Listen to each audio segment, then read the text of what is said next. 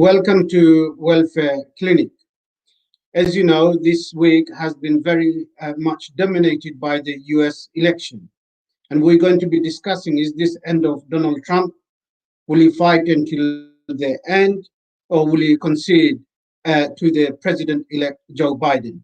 Would President-elect Joe Biden change US foreign policy? How would that affect United Kingdom and other countries around the world? These are some of the issues we're going to be discussing today with our three guests. My first guest is Allison Koehler, political student from University of Connecticut in United States. Allison, welcome to the show. Hi, thank you so much for having me. You also work with many elected representatives, among other things, and used to live in United Kingdom as well, wasn't you? Yeah, I lived in the UK for a short time in 2016, right when Donald Trump's campaign was starting to pick up speed. It was in the spring, so I had a lot of... So you have some experience of that. We'll talk about this. My next guest is Fiona Edwards, who is a writer and political activist, also national officer for Stop the War Coalition. She's also editor of the Eyes on Latin America's website. Fiona, welcome to the show. Thanks very much for having me. And my last guest, but not least, Sharmin Azad. She's the supply chain analyst. She's been living in the United States for 24 years, studied there, has family there, so she obviously rooted in the United States. Sharmin, welcome to the show. Thank you for having me. No problem. Allison, I want to start off with you, given that you are political students, you have been involved in the campaign, and you have worked with the elected representative in the United States. Do you think Donald Trump is going to give up in White House? Would he concede anytime soon, or are we going to hear his allegations or alleged allegation without any evidence of voter frauds that he's keep making? So first off, it's not a requirement that the outgoing president needs to concede. It's a courtesy, and it's something that is seen as presidential to do, but he doesn't actually have to do it as long as he, plans the outgoing transition and leaves the White House on January 20th. However, I need to see the evidence. I think all of the United States needs to see the evidence of the voter fraud that he is claiming. There have been several different Republican leaders that have come out and said, we want to support you, President, but we need to see the evidence as well of this voter fraud. And he has yet to come out with that. So it'll be interesting to see in the next few weeks what happens, with his court movements, if we end up seeing anything there. So, but do you think, even if his case goes to the Supreme Court, do you think there is any possibility of turning over the results? Because at the moment, President-elect Joe Biden is on 290 and Donald Trump is on 214, which is the Electoral College vote. Do you really think, even if the case went to Supreme Court of United States, which is still a long way, seem at this moment, can he really overturn the decision? I personally don't think so. I think that the evidence is overwhelmingly in favor of President-elect Biden. So I personally am not concerned, just based off of, the numbers, like you said, 290 to 214 is quite a vast jump, even, without thinking of those highly contested states that Trump seems to be so concerned about. So no, I don't think that there's a chance of an overturning. Before I go to my next guest, I want to remind our viewers you can participate with us in today's debate on our Facebook Live on London Bangla page, on our YouTube channel, London Bangla. If you have any questions, comments for our guests, do feel free to send them. We can see those already joined us, and there is many people supporting Allison at the moment on there, so they're cheering you on. Fiona, I want to move to you. We know what Donald Trump have been saying for last 4 years. You know, many people think that he have created a racial division within the United Kingdom, within the. Is Fiona still there, or have we lost her on the connection? Okay, let me move to Sharmin. Sharmin, I want to ask you. You've been living in the United States for 24 years. You know, you have a family there. You have children studying there. So you're kind of bedded into the system, if I can say that, of the United States. And how would you describe the last 4 years have been for people like you and other BME people, other Asian ethnic minority people in the United States? So I'm gonna tell you this. When I came to United States, I never saw anybody talking about any racial stuff. We were here in a small city in Minneapolis. It's called Winona, and people were so friendly over there and never had any issues. Never. I've been through the 9/11 too, and never ever had any issues before this president came to our power. You know that in Minneapolis, a couple of months ago, there was an incident happen, and I can't imagine in Minnesota that kind of incident can happen. It shocked everybody in Minnesota. It's a very nice. That's why we call us Minnesota nice. So we are here for so long and never had any issues, but I can see now people are having all kinds of vocal comments to other people, other racial people in Minneapolis. So if that can happen to this nice city, it can happen everywhere in the United States. So I never saw this division before, and I think it is time to end it. So if the leader can give us a assurance to be together, it's going to be awesome. It's going to be nice. Fiona, welcome back. I think we had a little bit technical problem. I want to ask you, obviously, many people say that Donald Trump have been very divided president of the United States. The racial aggravation when quite significantly increased in America, Black Lives Matters movement, Islamophobia, banning some of the Muslim countries or people from certain Muslim countries entering into United States. But on the other hand, a lot of people say, or his supporters at least would say that, he hasn't gone into any wars. He would draw the soldiers from Syria. He is getting Israel and some of the Arab countries to do bilateral agreement and so on and so forth. In your opinion, given that you have been involved in the anti-war movement, do you think that, given all of those things, what would you say in response to some of his supporters who says those stuff? I think Donald Trump has been a menace to the entire world.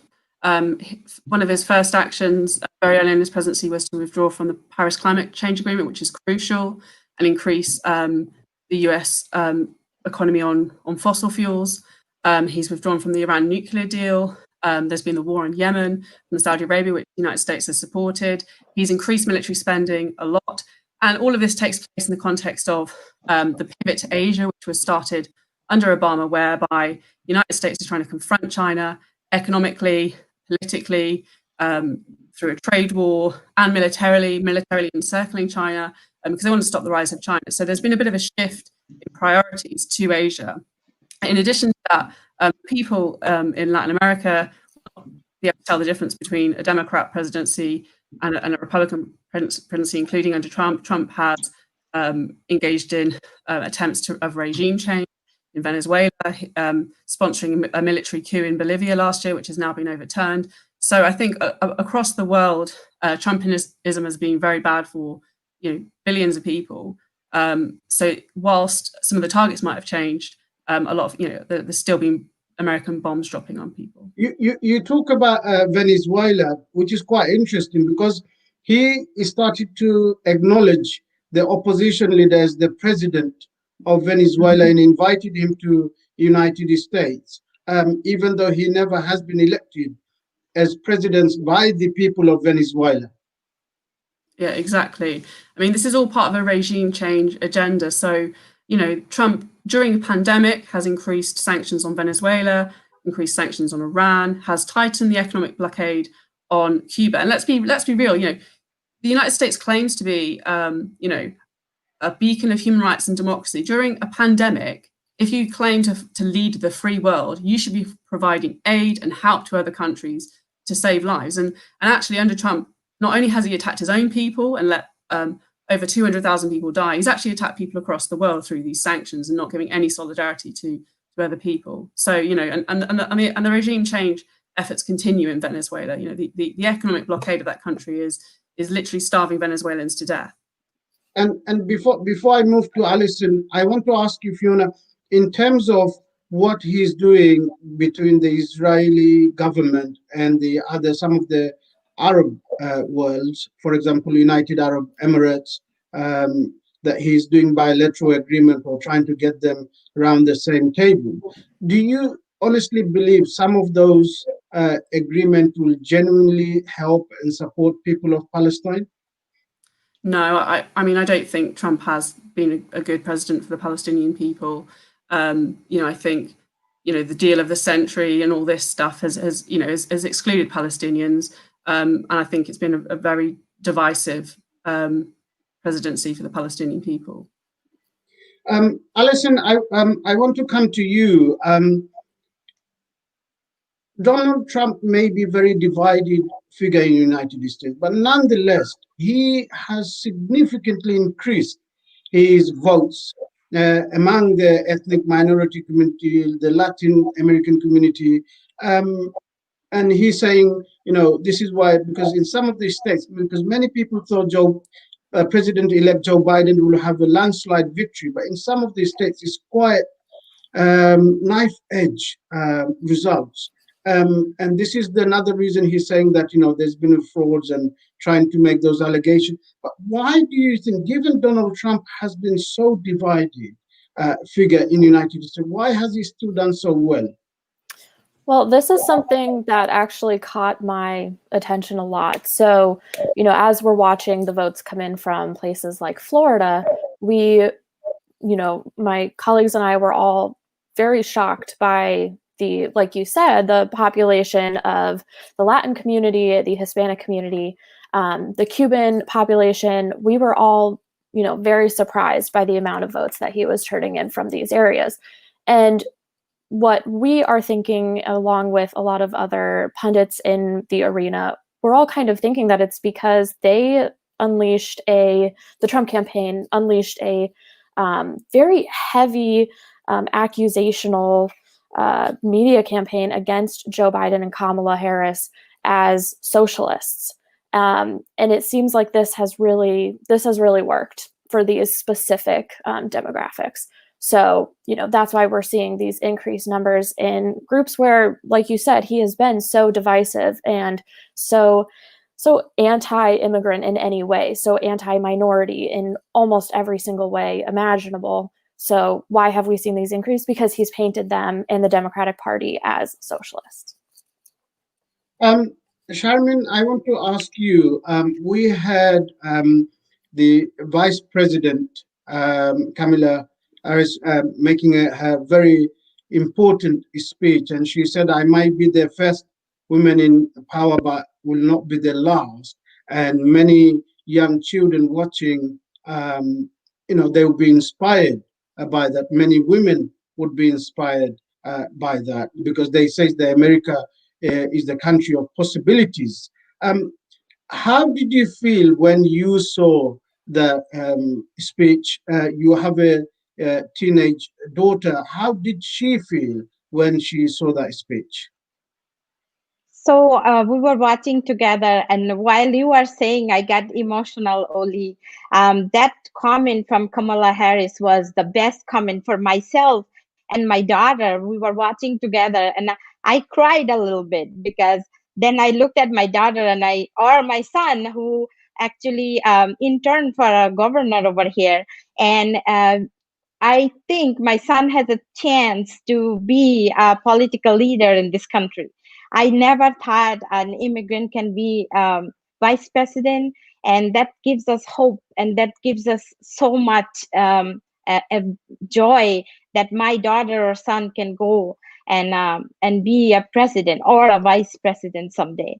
So this is something that we all felt in our house, and it was really a very, very heart touching from her to say it was not the first. It was, it's going to happen more.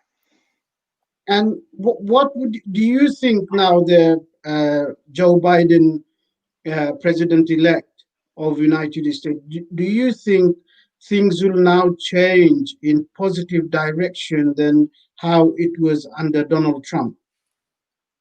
I believe who voted for Donald Trump, they will never change their mind. But kindness and love and making them understand why we have to be united, it's gonna work.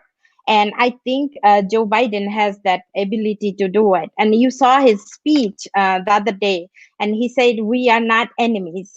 We are just gonna, work together as an American." So this is something that I believe in, and this is something that he's gonna change in this country, and we're never gonna be divided. And some people will make it difficult, like Donald Trump is doing. He's not condemning right now, and he will make sure he's gonna go to court and make it very difficult for everyone in this country. We got questions from one of our viewers. He's saying, how do you think Joe Biden can actually narrow the divide in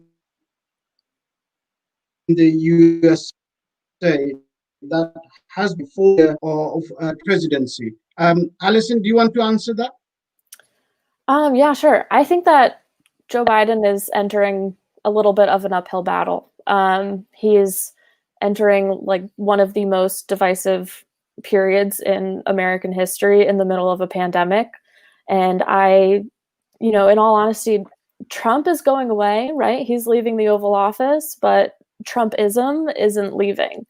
And I think having a competent leader, if I may be so bold as to say that, I think having a competent leader is really going to, give people on our side of the aisle, on the Democratic side of the aisle, a lot of hope, and it's going to hopefully start to mend things between these areas. But Trump has given a megaphone to people who have been thinking these things for a very long time. And like we said before, people aren't going to change their minds, but hopefully the attitude of the country as a whole, Joe Biden has been saying from the beginning, he is running as a Democrat, but he is going to be an American president. Hopefully that mindset really starts to kick in, but the next 4 years it's not going to become a united country within 4 years. Thanks, Allison. Fiona, I want to come to you in regards to foreign policies. Obviously, especially for United Kingdom, our Prime Minister Boris Johnson had a very good relationship with President Donald Trump. Donald Trump himself said Boris Johnson is the UK's Donald Trump. And now that Joe Biden he will be the president at this moment, president-elect. And given that we got Brexit coming up on 31st of December, Northern Ireland peace process, where Joe Biden have commented on, given his Irish background, what kind of relationship do you think our Prime Minister can have with Joe Biden, or how important is it for the United Kingdom to have a good relationship with new president? Well, I think that, it's the Britain likes to say it has a special relationship with the United States. Britain has been a very loyal junior partner in imperialist wars for the United States in Iraq, Afghanistan, supporting the war in Libya, supporting the war in Syria, Yemen, supplying, the Saudi regime with arms. So I think on the really big issues, the British ruling class and the US ruling class agree, and Britain will continue to play a role in those wars. And I think that kind of imperialist approach will continue from Joe Biden. Obviously, the situation of the peace process in Ireland is very important in the Good Friday Agreement, and I think that Donald Trump was wanting a hard Brexit, supporting Boris Johnson. I think that he played a big role in making Boris Johnson the Prime Minister, to be perfectly honest. I think he intervened into British politics and internally within the Tory party. But I think that we've heard from Biden, Nancy Pelosi, and other Democrats, the Good Friday Agreement cannot be broken in this process. So I think that puts a spanner in the works. Boris Johnson has been prepared to break that international treaty to get a hard Brexit through. So I think, we'll wait and see exactly what happens. Yeah. Do you think? Sorry. Do you think that Boris Johnson is going to find it? Because when Joe Biden was announced president-elect, many world leaders came out quite quickly, sending message of congratulation to him. But obviously, Boris Johnson was a little bit slower than other presidents. When Dominic Raab, when our foreign secretary was asked repeatedly on Sky News whether all the votes should be counted, he didn't want to give a yes answer.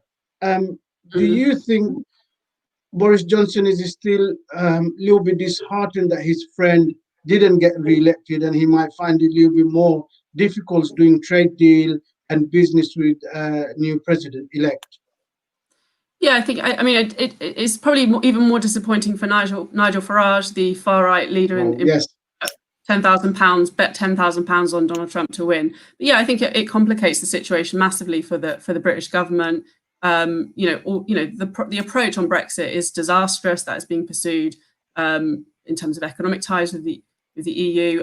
So I think that the genie has been let out of the bottle. We're in a very terrible situation, and I'm not clear exactly how things will unfold. But I think this does undermine the project, because it was the Donald Trump faction of the US ruling class that want to break up the EU, and that they saw Brexit as an important way of weakening the EU. So this is a project that was started by Donald Trump, definitely, but I think the genie's been let out of the bottle. So I think there will be trade deals and discussions, but it puts Boris Johnson in a much more difficult situation, politically stranded. So we'll wait and see what happens next. Allison, I want to ask you about the COVID and coronavirus, what is going on. As Fiona said, over 200,000 people sadly have lost their lives, and many more probably would, as quite sad state of affairs we are in at the moment throughout the world. But many people are saying, or many political analysts are saying, that if President Trump took robust action against the coronavirus, if he handled that much better, then he probably would have been winning the presidency. These are the message against some of his supporters. But how do you think, because we saw President-elect Joe Biden just announced that everybody in the America should wear masks. Donald Trump never said that. How do you think he's going to tackle that, protecting lives well as protecting the economy? Great question. I think that Joe Biden already has done more for Americans on coronavirus than Trump has done throughout the past 8 months. I don't know if it was earlier today or late yesterday, Joe Biden has already announced his COVID task force, and it's full of doctors and infectious disease specialists and whatnot, and not his children. And I think that already speaks to the kind of leader that President-elect Biden is and will be in office. And I think like what you said, potentially if Trump had done something to tackle coronavirus a little bit better, maybe there wouldn't have been as many swing voters. But I do think that sort of reality never would have existed I don't think that coronavirus was planned by Trump, but I do think that he saw it as an opportunity to see how many people will follow him if he says the things that he is known to say. And I think it was an interesting experiment to see that so many Americans chose to listen to Trump, with, ingesting bleach and Because whatnot. But when he was hospitalized and he was tested positive with COVID, he was in one of his vehicle with the Secret Service agents, putting them at risk, going out of the hospital to wave at his supporters. When I saw that, I thought it was very irresponsible for a elected president, but nonetheless, somebody who's been affected by the virus, potentially putting others at risk. I don't think that went very well with the ordinary citizen of the United States.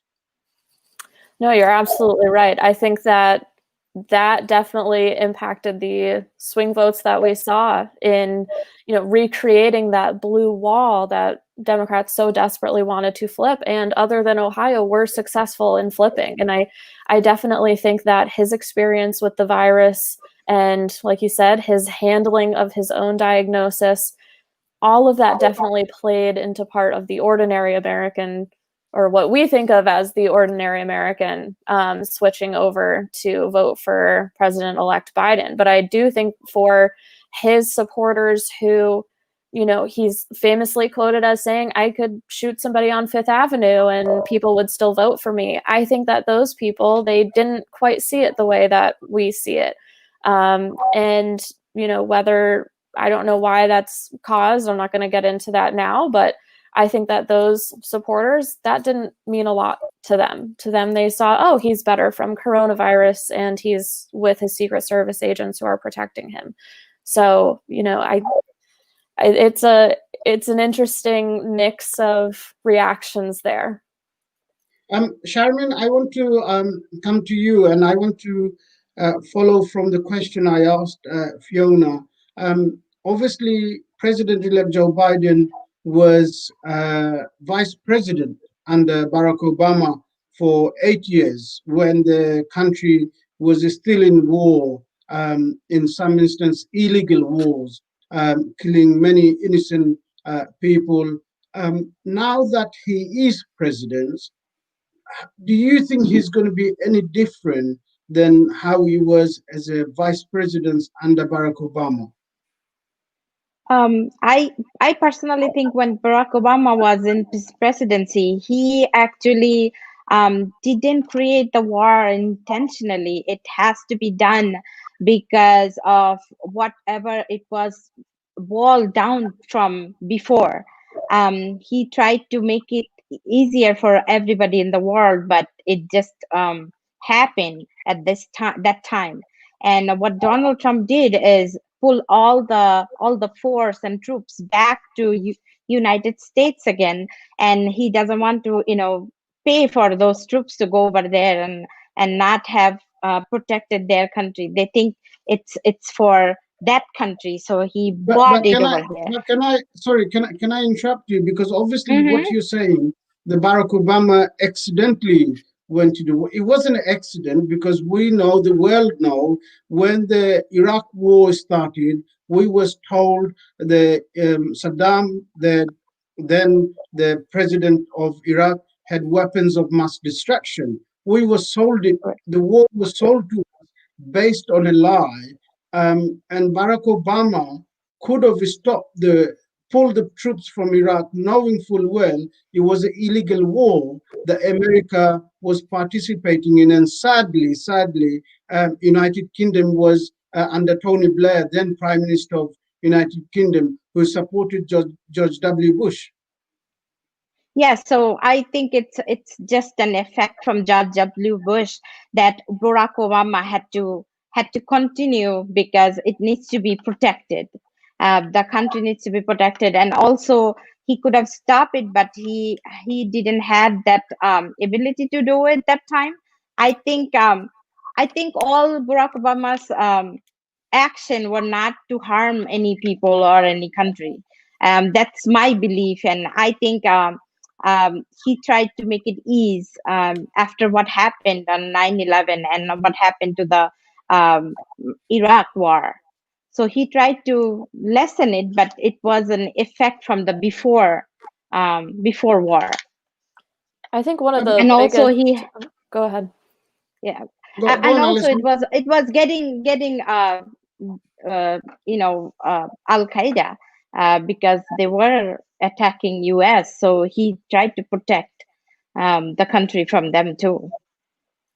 I think one of the biggest mistakes of the Obama administration is, the fact that they were not able to withdraw troops from, Afghanistan. And I think that when we look at it, we have to look at the people that Obama was surrounded by, whether it was in, Congress or in his own White House. Obama is more of a centrist, and he was not the best human rights president as much as we love him. I think a lot of American presidents tend to not be the best human rights presidents. However, Joe Biden, President-elect Joe Biden, he has committed or, informally committed to ending these forever wars, right? And he has basically already come out and said, well, I want to narrow the focus on Al-Qaeda and ISIS, right? What does that mean? I'm not entirely sure, but to me that means that the responsible withdrawal of the majority of the troops with a narrow focus remaining, and he has already kind of come out and said we're ending the support of Saudi Arabia in the war in Yemen, and so I do think that Biden, I think in certain areas Biden is going to stray from his Obama era kind of, loyalty towards Obama. But I think it'll be really interesting to see just what the policy ends up being in Afghanistan. Fiona, if I can follow through these questions, you and I and many thousands and millions of people was on the street of London protesting and demonstrating, and then telling our Prime Minister, then Tony Blair, that this war would be illegal when George W. Bush took us into war. We still have soldiers in Afghanistan from United States, one of the longest war we probably have seen.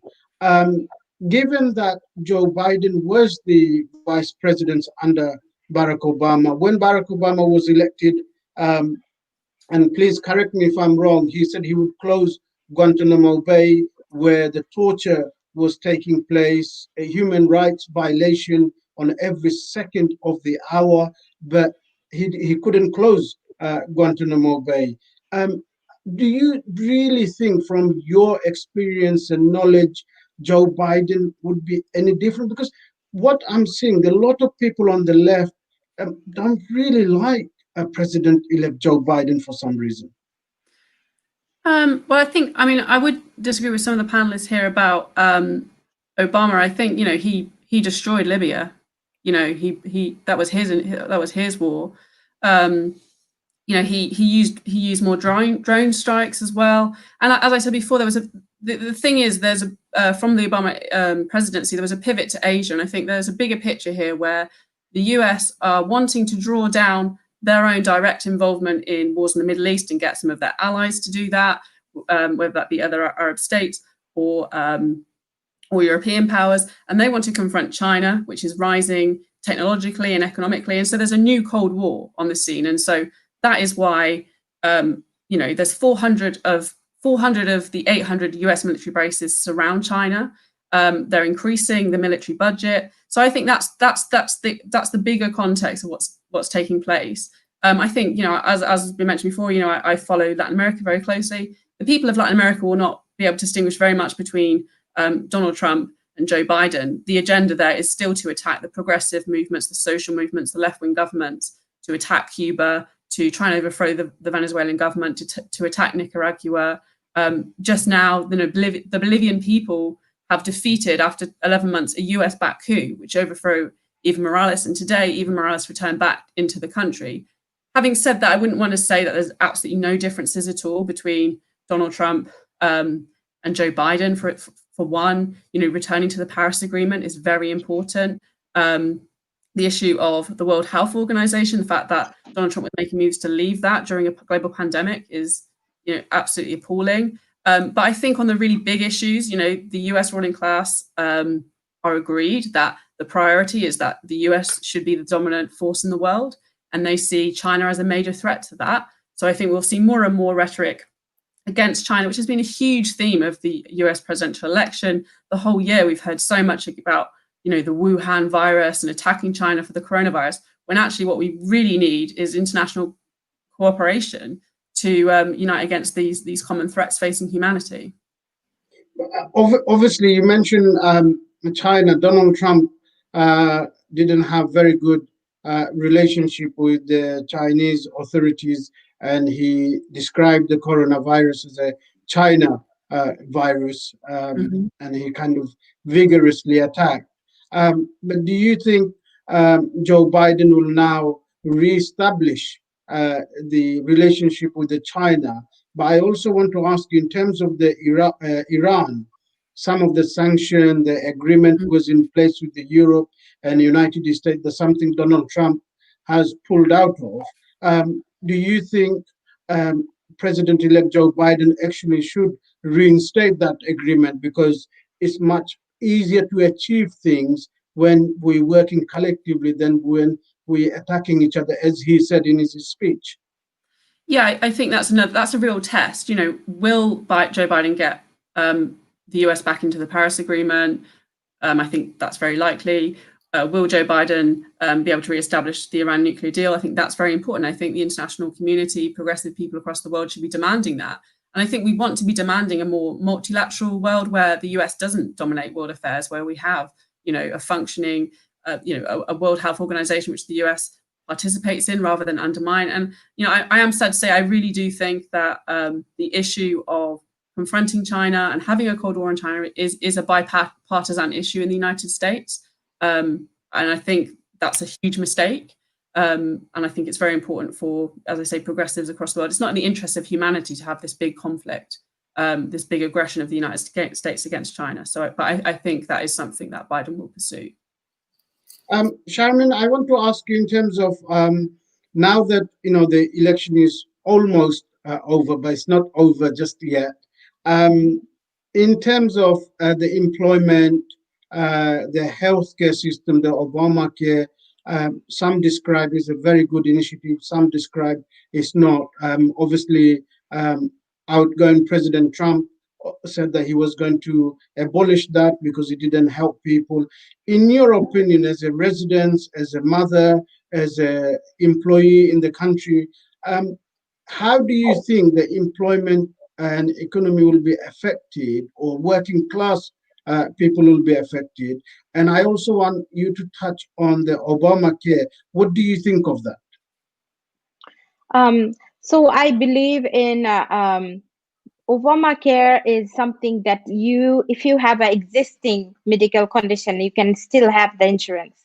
And lots of people in the United States have all kinds of health issues that they're going through. And if Obamacare is not there, they are never going to get an insurance. And actually, to tell you the truth, Trump didn't came up with any insurance yet. So Obamacare is the only possibility that everybody is going to get a cheaper insurance, because we don't get any paid insurance like you do have in Britain. So yes, it should be continued, and it should be here. Then people will have some insurance that they can afford. Also, as a employee, I'm gonna say Biden should follow a little bit what Trump was doing, because that is think about American people only. He said, I'm going to think about American people. I'm not going to think about the world, rest of the world. And I'm just going to, bring all the business over here. So keeping that in mind, I think Biden should move forward that, yes, most of like 70 million people who voted for Trump, who believe that they are going to bring all the businesses over here and everybody will have employment, because lots of the manufacturing company are getting shut down in the US because all of them are going to China and other countries, and we are losing our job. So keeping that in mind, Joe Biden needs to move forward and see how we can keep our employment in our country, not give away everything to everybody all over the world. Yes, we can do the business, but not really giving all the jobs to them. Allison, let me ask you, in terms of the climate change, Donald Trump pulled out of the Paris Agreement. He wasn't taking that very seriously, but we know many residents within the United States, it's really, really important, the climate change aspect and the campaign and the policies and all of those kind of stuff. But I also want you to touch, because Donald Trump stopped the aid and the financial support to the people of Palestine. I want you to ask, if you can, both of those questions. Do you think he should reinstate the funding and the aid to people of Palestine? And what should Democratic Party do in terms of the climate change? What are their policies, if you are aware of any of them? Yeah, so first, regarding Palestine, I think we'll go back to the, traditional democratic, viewpoint on Israeli-Palestinian relations. And I do think that Joe Biden will explore more aid for Palestine, very quickly into his administration. I think it's something that a lot of people on the left who see, the far left, who really seem to be the biggest critics within the Democratic Party of Joe Biden, that's something that they're really pushing for. And, leading from that, while I think that Joe Biden is going, being a friend to Israel is on Joe Biden's policy list, right? Like, that is something that he really prides himself in. He, has been, Netanyahu's friend from the beginning. And so I don't think he's going to be as critical as I think some people want him to be. But I do think at the same time that he's going to really try to explore, bettering those relationships with Palestine. And, when we're talking about climate change and we're talking about people on the far left, and honestly, just the left in general, they were really disappointed when Joe Biden didn't come out in agreement of the Green New Deal, right? He had his own policy and was supporting that. Obviously, that is a political move. But at the same time, he's going to receive a lot of pressure from people on the left and people on the far left in this country to really step it up in terms of his commitment, towards climate change. And he's absolutely going to rejoin the Paris Climate Agreement. That's something that he said from basically day one. And, he's already said he's looking for more commitments from, like we have been talking about, more commitments from China to take climate change seriously and to reduce carbon emissions. So I think his climate policy is going to be extremely more robust than the climate policy that we've had over the past 4 years. But I think he's going to receive a lot of pressure internally from half of the Democratic Party to really step it up even further than where Obama was. Fiona, just following from what Allison have said in terms of President-elect Joe Biden, very friendly with Benjamin Netanyahu, and very close with him, and he might not be so critical as many people is expecting him to be. But given the suffering of Palestinians and what they've been going through, is it just another United States president who's really not going to be doing anything for people of Palestine, or trying to resolve this issue, which has been dragging on for years and years?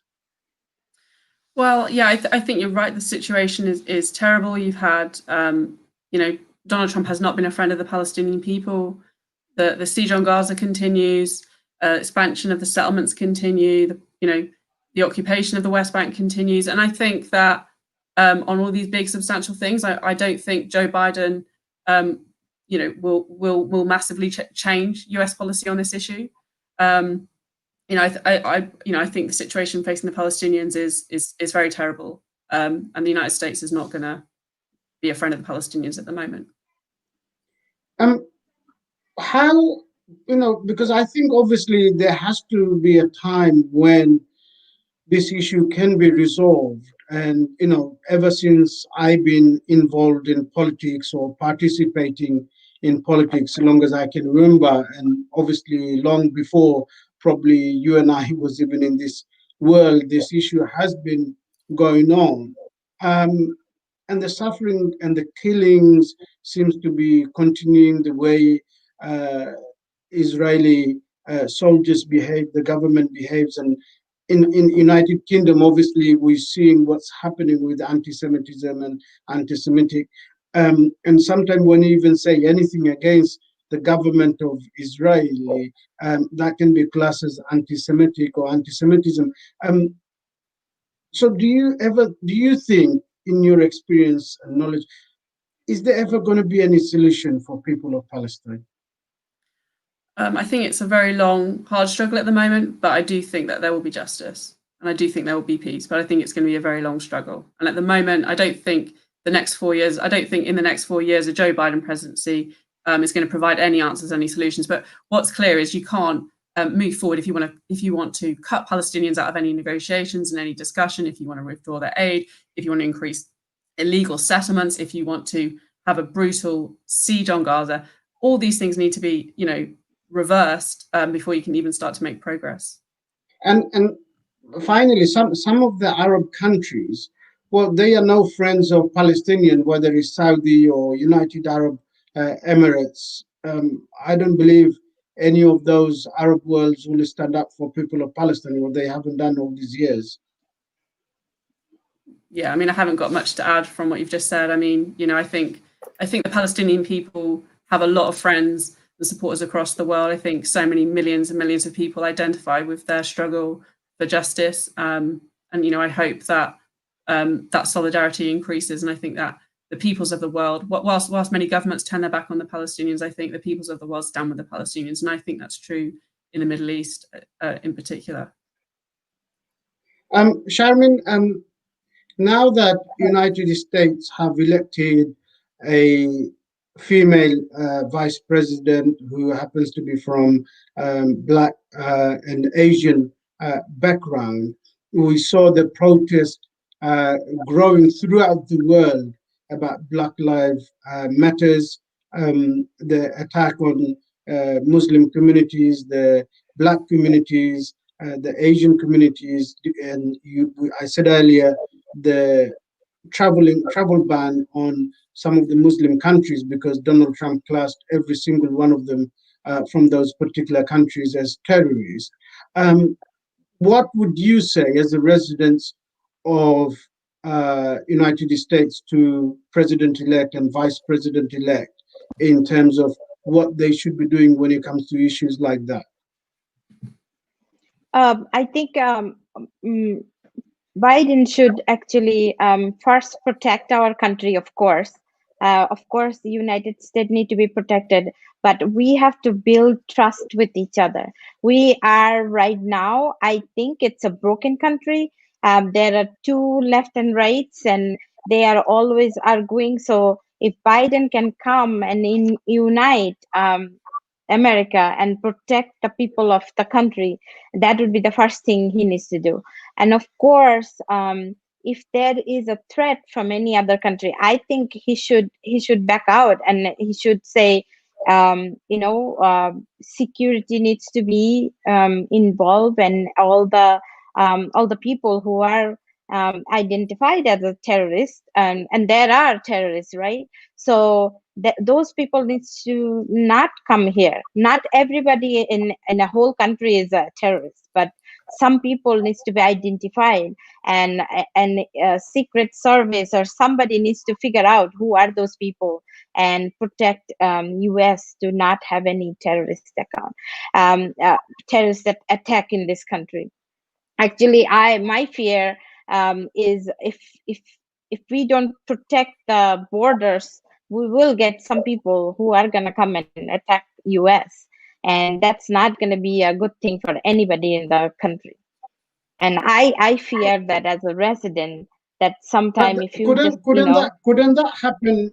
Couldn't that happen in any country? Because I think if you look at what happens in the United States, is the gun law hasn't been changed. The mass shooting take place, and there is more killings in the United States by people from United States than any of the terrorists from any other country. right. My question is, Obama was here for 8 years and he couldn't stop the gun right? For 8 years he tried, but it didn't happen. So yes, again, we have to listen to everybody, and Supreme Court has to agree with gun laws, and somehow we have to you have to see how we can come to a mutual understanding of what to ban and what to not ban. We don't need um, a RK-15, or I don't know even name of the guns, to mass shoot, and then have those at home. You don't need those, right? If you want to protect yourself, you can have a small gun that can be protective, or that could be your self protection. We saw even some of the Donald Trump supporters heavily armed on the street since the election. They saying that they're going to get attacked by the left, they're going to get attacked by the socialist, and all those kind of comments. But to be honest with you, that every killing that actually take place, sadly, many students, many young children in schools we saw over the years have lost lives. None of those killers has been from the left or any of the socialist movement. That's why I'm saying that you don't need to have a gun that can kill 1,000 people at a time in your house, and you are a mentally sick person living in that same house and having that access to that gun. There is no need to do that. So as long as you are banning those kind of guns like AK-57 or something like that, this mass shooting is chance of the having this mass shooting is less. So yeah, the gun control, people don't want to let the gun go. They just want their guns. I don't know what mentality they have, but they want their guns at home. Maybe going for hunting or something, but not an AK-57. A deer don't need to be shot by a AK-57, or a gun that can blow up 100 people at a time. Allison, if I can just get you to touch on that, it seems like whether it's Republican president, Democrats presidents, or in the Senate or House of Representatives, nobody seems to be so interested in changing the guns law, stopping the killings of innocent people, whether it's elderly, middle-aged, men, women, black, white. It doesn't really matter. Many people have lost innocent lives because of this so-called gun law in the United States. So I'm going to disagree and say that there are a lot of people in the House of Representatives and in the Senate, as well as in local advocacy itself, who this is actually their number one concern. I'm from Connecticut, and a lot of people outside of Connecticut and outside of the United States know our area for the tragic Sandy Hook shooting back in, oh my gosh, when was it now? 2014, 2012 in December. And it was a huge awakening for a lot of people. Unfortunately, not for many people on the right side of the aisle who are backed by the National Rifle Association, which is a large group that has unlimited funding, it seems, to support politicians and to support the Second Amendment, or how they see the Second Amendment, right? And so I'm from Connecticut, like I said. Our senators, that's their number one priority in a lot of areas, is gun control, whether it's a complete ban on weapons or whether it's an assault weapon ban. it really is at the forefront. And the reason why you don't see a lot of change, at least on a government level, is just because of GOP support by the NRA and other gun lobby groups. And it's really unfortunate, bordering on, it's very disappointing, right? When we see a lot of mass casualty coming from people who shouldn't own weapons in the first place. Of course, there are a lot of people who, responsibly own weapons, but it's unfortunate that we're just not seeing the change that we need to save from internal terrorism, as we'll call it. And before I move to Fiona, I just want to ask you one final question in terms of Joe Biden, president-elect. In Senate, Republicans seems to have done much better than Democrats. And a lot of people saying that Joe Biden may be a lame president because he might not able to get any of the policies through the Senate, but also on the other hand, some supporters of Joe Biden saying that he has exceptional negotiation skills and he might be able to work through. Do you think, given that your experience and you worked with some of the Democrats in the past, do you think he would be able to get policies through the Senate? So there are 2 runoff elections coming up before January 20th that could allow Democrats to regain control of the Senate, and that would be huge. If they do not, I think you're right. Joe Biden is known for his incredible negotiation skills, and a lot of people have been talking, will we see the Mitch McConnell that we've seen from the Obama era, right? During the Obama era, Mitch McConnell was, he worked with Obama and he was able to have conversations with him and was much more agreeable than the Mitch McConnell that we've seen during the Trump era. So I do think that we might return to that. And I do think that Joe Biden... But sorry to interrupt, saying that not many senior Republicans have come out to congratulate Joe Biden, apart from George W. Bush, who have issued a statement congratulating the president-elect and the vice president-elect, but not many senior Republicans actually have come out. I think we'll see that change in in 3 weeks' time. If there's not this proof of election fraud that we've been promised from President Trump, I think a lot of senior Republicans who value tradition and who value Constitution or who claim to, I think we'll see a big reversal in that. Fiona, I want to ask, given that people of America have voted out President Donald Trump because of his divisive policies, his racism, his Islamophobia, and all of those things, we have a prime minister in the United Kingdom pretty much have similar policy or made similar remarks in the past, if not right now. Do you think people of United Kingdom can have similar election success, changing the prime minister with somebody who's more towards working class, or do you think it's may impossible? I think it's essential that we get Boris Johnson out of number 10 as soon as possible and replace him with a Labour government. I think that's absolutely crucial.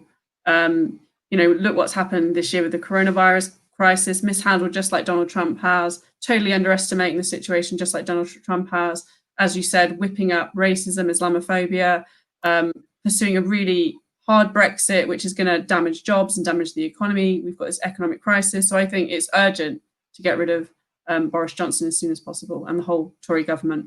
Because he has missold in many ways the Brexit policies to the people of this country, oven ready policies, the deal will be done, everything will be kind of hunky-dory, but it wasn't in terms of the Brexit, in terms of Islamophobia, where he's yet to openly apologize to Muslim women for describing them as a letterbox. Yeah, I mean, it's completely disrespectful. I mean, he's attacked so many minority communities through his political career. I think that's one of the things that has defined his political career, actually. And I think the whole Brexit sham, it's a sham.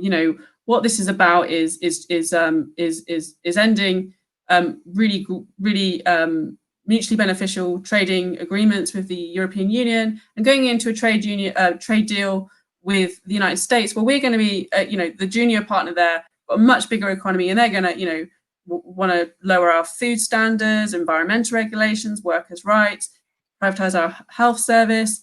I think it's a disaster for the British people. I think Donald Trump's slogan was "Make America Great Again," and I think that Brexit was part of that. It's it's not in the interest of the British people; it's in the interest of US corporations. And can I ask you two more questions? First one, in terms of, you mentioned having Labour government.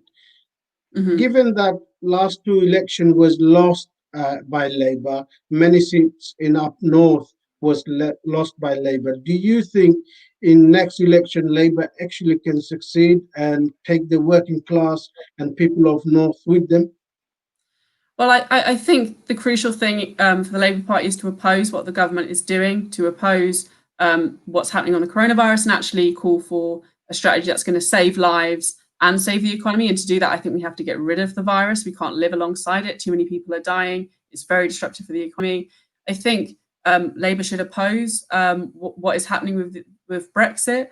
I think what is on the table, obviously, we've discussed previously, we don't know exactly what's going to happen, but any hard Brexit is against the interests of the British people. I think we've got to keep the progressive policies that Jeremy Corbyn developed, that was so popular, that the policies that are very popular has been mentioned in the United States, around investment in a Green New Deal, around improving people's living standards and ending austerity. And I think a progressive policy platform challenging the Tories is really important if we're going to get a majority Labour government. So that's what I would suggest. I think I'll have to invite you again on my show and talk about the actual politics of United Kingdom and the election. But my final question to you, many people thought if Donald Trump was the president and if Boris Johnson did a deal, some of our NHS will be privatized to United States businesses. Now that Joe Biden is the president-elect and likely to go into White House, do you think he would have similar kind of interest as Donald Trump did, or do you think our NHS at least may be safe from the United States businesses? Well, I think the key issue is, the British government is pursuing a hard Brexit with the United States, and as I said before, I think the genie has been let out of the bottle. I think this was a project of Donald Trump, but I'm not convinced that necessarily going to get a full U-turn from the US government. Obviously, I would really support that, but I think I don't think, and in a trade deal, what are the things that US corporations are going to want? It is the NHS. So I think the key issue is can you move away from a hard Brexit? I think the British government's very committed to that. So I think it's a difficult. I guess that's something the people of this country will fight until their last breath, given that there's so much going into NHS, and we saw over the pandemic how our doctors and nurses have supported and worked tirelessly to protect lives and save many lives as possible. Allison and Sharmin, before we finish the show, I want to give you guys the opportunity, given that America is so divided at the moment, in different communities, different culture, different race, what would be your message to people of or ordinary citizens of America in this very uncertain time or period of time that we are going through? Allison, you want to go first? Sure. Quite a hefty assignment there, but I think something that's gotten me through is really just at the core kindness, and putting yourself into the position of others. And I think that that's something that since June, since Minneapolis, since George Floyd, I think that that's something that has really spoken to me, is kindness, really, and for the American people to keep that at heart. And I think that's a unfortunately, as corny as it sounds, is something that everybody has a little bit of, and that we need to cultivate it more. I Sharmin? will.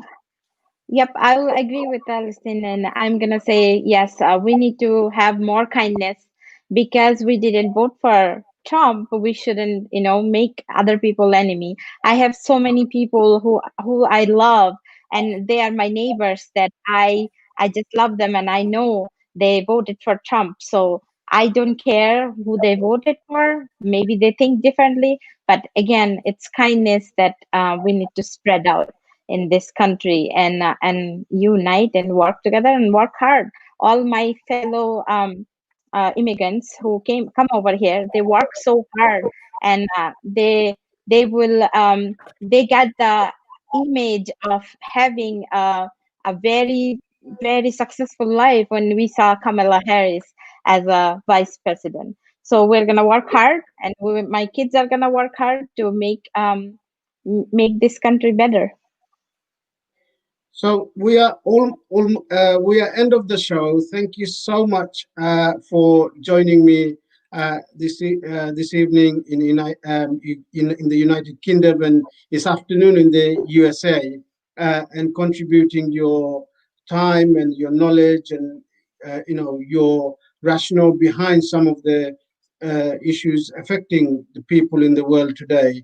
So Fiona, Allison, and Sharmin, thank you so much. I really appreciate your time, and keep up the good work. Thanks. Thank you for inviting us. Thank you so much to our viewers for joining us this evening. We hope that we have managed to do justice in terms of what is going on in the United States, and some of the issues and policies may affect the other worlds and other countries around the world. Whether you voted for Donald Trump or Joe Biden, president-elect, the fundamental aspect of it that we must respect our democracy, we must respect the democratic process. And once we start to disrespecting the democratic process, that's when the problem starts, the injustice start to occur in terms of the political system. So regardless of whoever you voted for, I think it's really important that people of United States do unite and work together. And for us in the United Kingdom, we wait and see patiently what kind of policies President-elect Joe Biden will deliver. How would that affect the United Kingdom and other countries around the world? We discussed about Palestine, Iran, climate change. All of those issues affect us as much as it affects the citizens of United States. So thank you so much for joining me. You can continue to watch repeat on London Bangla on our YouTube channel. Until next time, do take care.